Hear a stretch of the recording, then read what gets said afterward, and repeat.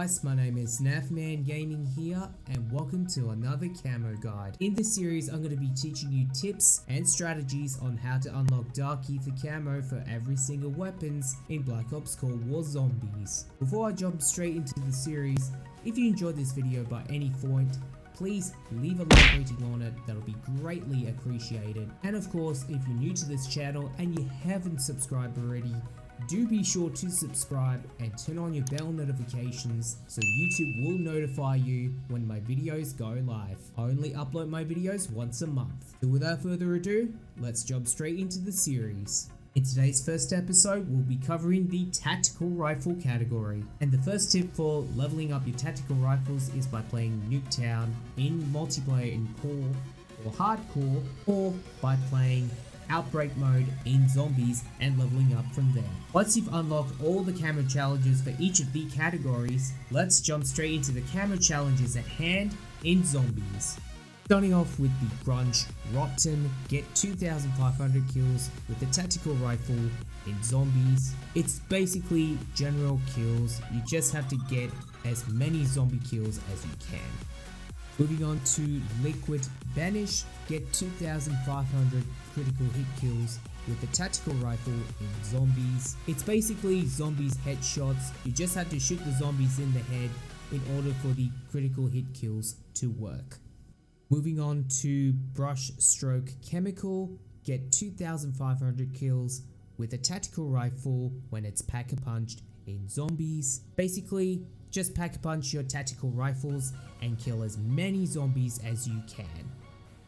Moving on to Vintage Maniac, get 15 special or elite eliminations with the tactical rifle in Zombies. For this camo challenge, I would highly recommend playing Firebase Z or Outbreak mode so you can knock off this challenge in a single match. Moving on to Fauna Rising Tiger, get 10 kills rapidly 10 times with the tactical rifle in Zombies. For this camo challenge, it's relatively straightforward, it would basically happen on its own. Moving on to Topography Sunder, get 3 or more critical hit kills with the tactical rifle 25 times in Zombies. It's basically, it will happen on its own, you just have to get triple zombies headshots in order for the camo challenges to work.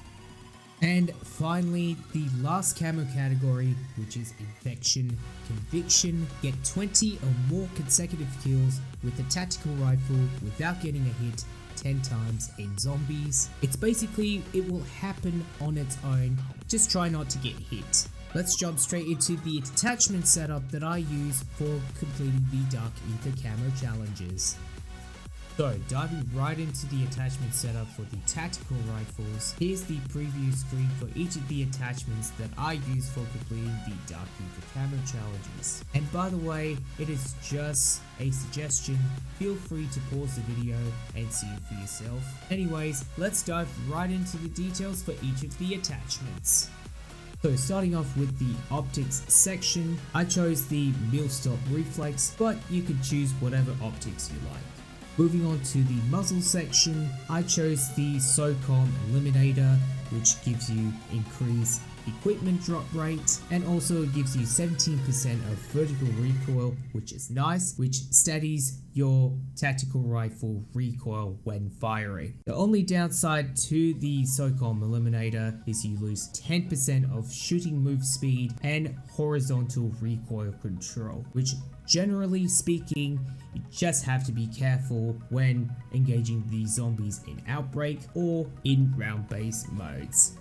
Moving on to the barrel section, I chose the 20.5 inch Task Force barrel that gives you 14% of damage and 50% of effective damage range and bullet velocity, which is great in my opinion. I would say the Task Force barrel is a go-to barrel for the round-based modes and also for the Outbreak mode as well. Only downside to the Task Force barrel is you lose 20% of vertical recoil and also 15% of horizontal recoil control, which generally speaking, it doesn't really matter. You're just going for the camo challenges itself.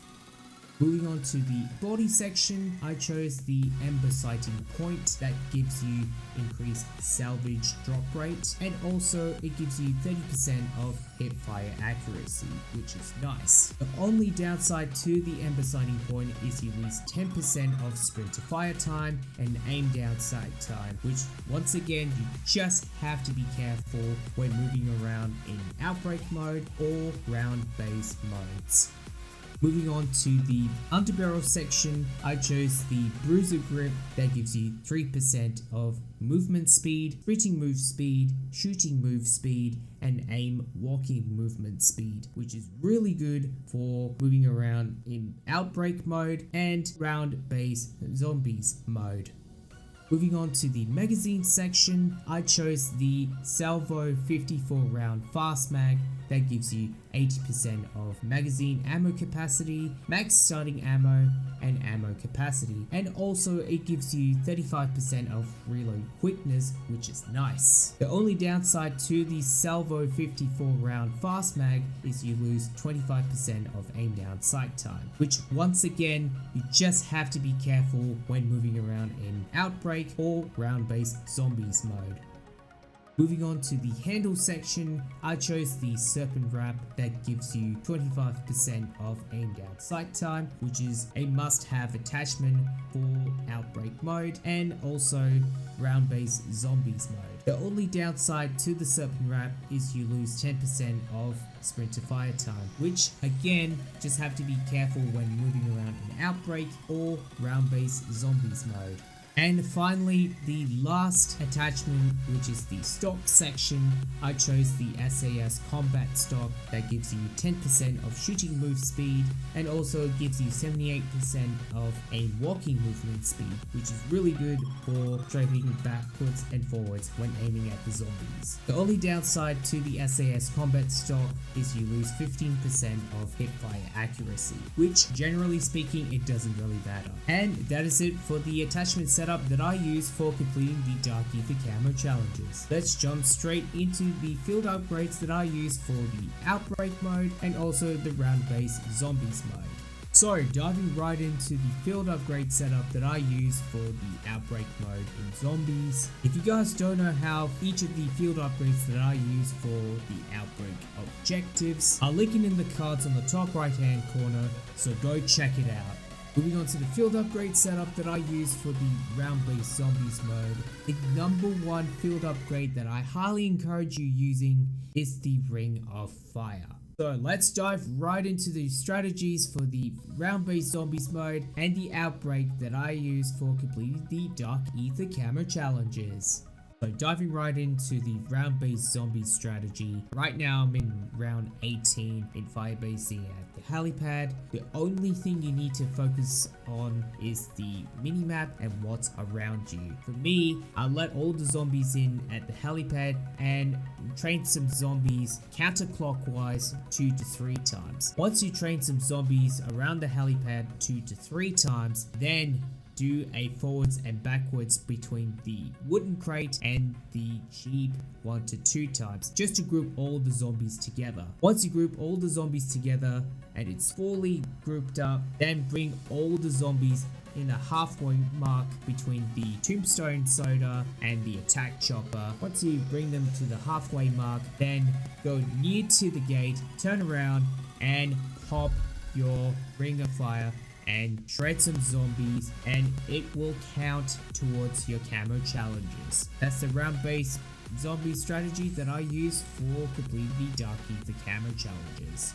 So diving right into the next strategy, which is the Outbreak strategy. As I'm leveling up my tactical rifles, you can complete your camo challenges in Outbreak mode. That is right guys, you can level up your weapon and complete your camo challenges in Outbreak mode. That means you don't need to go into round-based zombies mode or go into multiplayer, play Nuketown 24/7 in core or hardcore. Just jump straight into Outbreak mode, level up and complete your camo challenges at hand. That's the strategy that I use for completing the Dark Ether Camo challenges. Once you unlock all the camo challenges for all of the tactical rifles, you will unlock Golden Viper. Once you unlock Golden Viper for every single tactical rifle, you will unlock Plague Diamond. Once you unlocked Plague Diamond for every single primaries and secondaries, you will unlock the Mastery Camo, which is called Dark Ether Camo.